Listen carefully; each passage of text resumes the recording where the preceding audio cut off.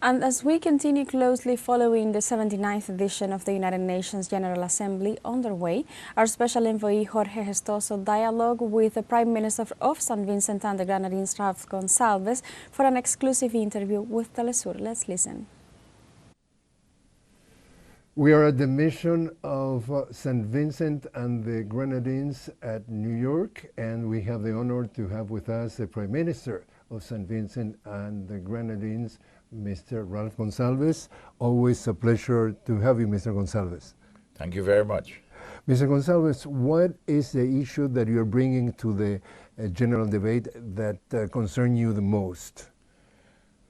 Well, the first most important thing is for us to continue the work as small island developing states, which we elaborated at our meeting in Antigua and Barbuda in May, addressing the concerns of the 39 SIDS in the world, 70 million people, issues on climate change, climate financing. And then, of course, we are very much concerned about the contradictions in the world today and all the material difficulties that people are facing, and issues in Gaza and Ukraine and in other places, the Democratic Republic of Congo, Sudan, and of course Haiti. Each of these conflicts has its own peculiar origins and context, but they're all reflective of a failure of the multilateral system, which is important for us to promote in order to have peace, justice, prosperity, and security. And in the hemisphere, the issue has to be addressed about the ghost of Monroe, which still stalks The doctrine. the citadels 200 years later. The citadels of a great nation.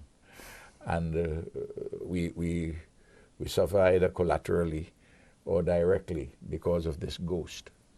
And this ghost is made flesh in many cases. Still alive and kicking? Still, yes, and the weaponizing of the financial system against Venezuela and Cuba, the embargoes, all the unjust declarations against these two countries, among others. And really to re-emphasize that there's no country in Caribbean and Latin America which is a threat to this great nation, a nation of tremendous innovation and culture and hard work and ingenuity and prosperity. Of course, there are downsides, and one of the downsides is this ghost which traverses the marbled halls of the power brokers across this great empire. You have always the threat of climate change. You are living in first-hand hurricanes and devastation in the island. Absolutely.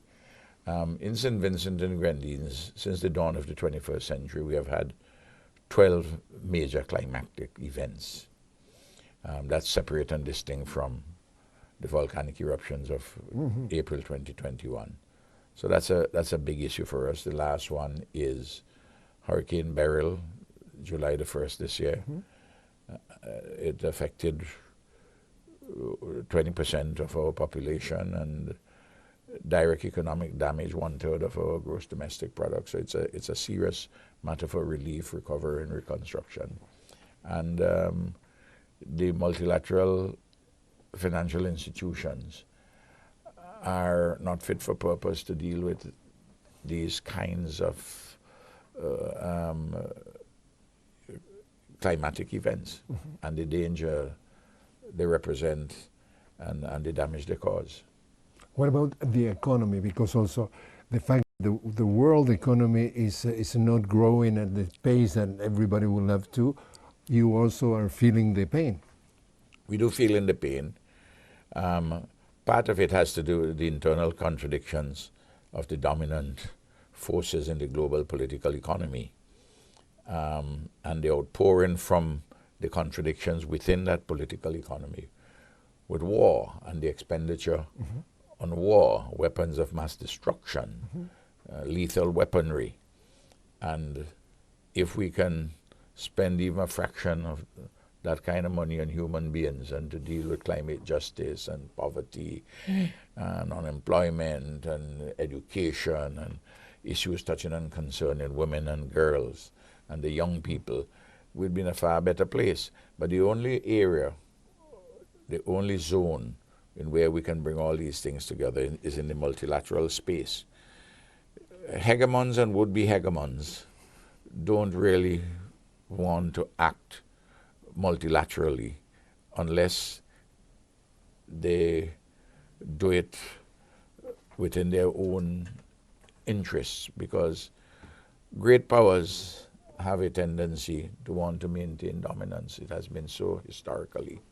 And now and again they dress it up and tell us that the central contradiction is about democracy versus autocracy. Well, Saint Vincent and Grenadines is a democratic country. We are free, we are independent, and we'd remain so always.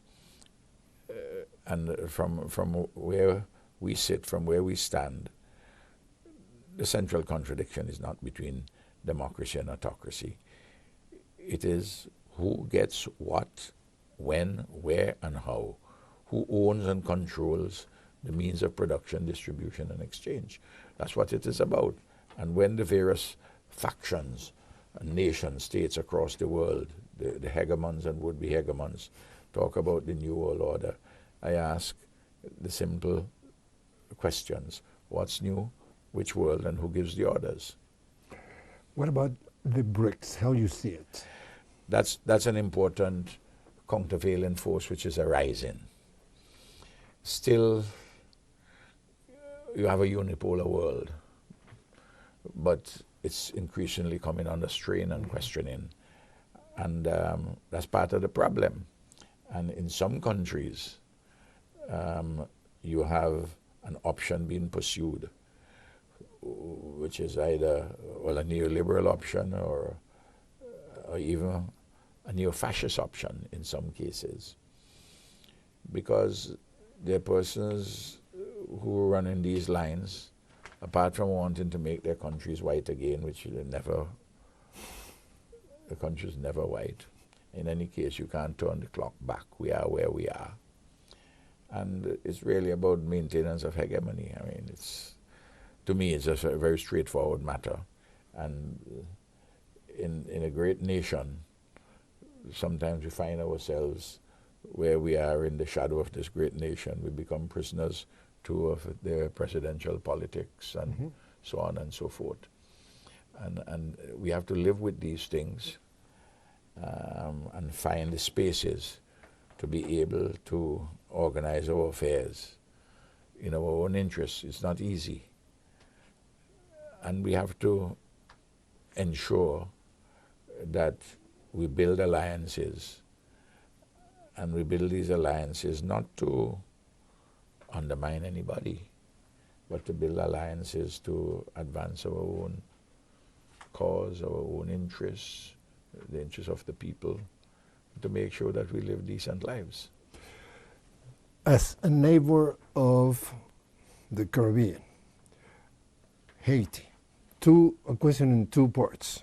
One, basically pushed by the U.S., it has been sent a quote-unquote police force to put order. First of all, it was not a United Nations typical mission because it was not financed by the United Nations, it was financed by the U.S. So far, no results at all. What they're trying to say that it's going to bring peace and whatever, it's not working. So part of the question would be, is it already another intervention of the first world that is failing in Haiti? And the second part of the question, your reaction of Haiti in the political campaign of the U.S. trying to diminish the credibility of the Haitian and say that they're eating cats and dogs. Yeah, well, the latter issue there about cats and dogs is just rubbish, absolute rubbish. it's where prejudices are being raked over in quest of something ignoble. I don't think serious people take that kind of a rubbish, give it any credence. The question, the first part of the question, the more complicated one, when people are suffering from violence generated by gangs and criminal gangs, sometimes they put on the cloak as though they're Robin Hoods, but criminal gangs. People want peace, they want security, they want humanitarian assistance, they want to see certain basic rights restored to them, they want to see democracy, they want to be able to go about their lives in some way, give meaning to themselves and their families. And people would look to any source for security. Haiti is a member of the Caribbean community, and we have been working politically on important questions. And this is through the work of CARICOM that we are able to get the Presidential Council moving and see that there's a government in place which reflects broad interests. Not yet elections, we'll get to that in another year's time, hopefully. Always within the framework of something being Haitian-led and Haitian-devised. The Kenyans who are there, they're part of the MSF, the Multinational Security Force, which the United Nations Security Council has approved of, not as part of a peacekeeping force from the United Nations. We have been there, that one before, and that wasn't very successful. At all? No. This one is to get countries to help. The United States not going to put in any troops for all kind of different reasons, nor indeed Canada. So other countries have said, well, we can help, but it's an expensive business.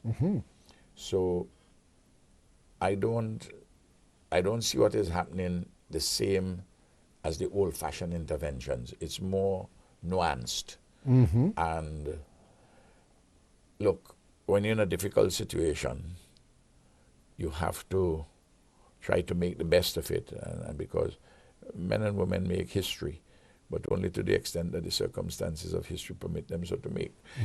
As I said, if you're living in the capital city, and 80% of it is controlled by gangs who can act capriciously, you're not concerned about where the security comes from. The truth of the matter, though, is that the number of security personnel from outside on the ground, so far they're not making a significant difference. They've made some difference, but the gangs are still there to be dismantled. So it's still a challenge? It's a great challenge. You think it's going to see results, or hopefully results in what sort of term? Short, medium, large? No, this is a long haul. And hopefully we can have enough security for the electoral system to be fashioned and for people to be able to campaign. For next year, for example? Maybe next year, maybe another year plus. You're optimistic? Well, hopeful. You know, there's a Pauline virtue about faith. It's the substance of things hoped for, the evidence of that which we have not yet seen. Mr. Prime Minister Ralph Gonsalves, thank you very, very much for having us. Thank you. We were listening to our special envoy Jorge Gestoso and Prime Minister of Saint Vincent and the Grenadines Ralph Gonsalves during an important exclusive at such a significant time for the international scene.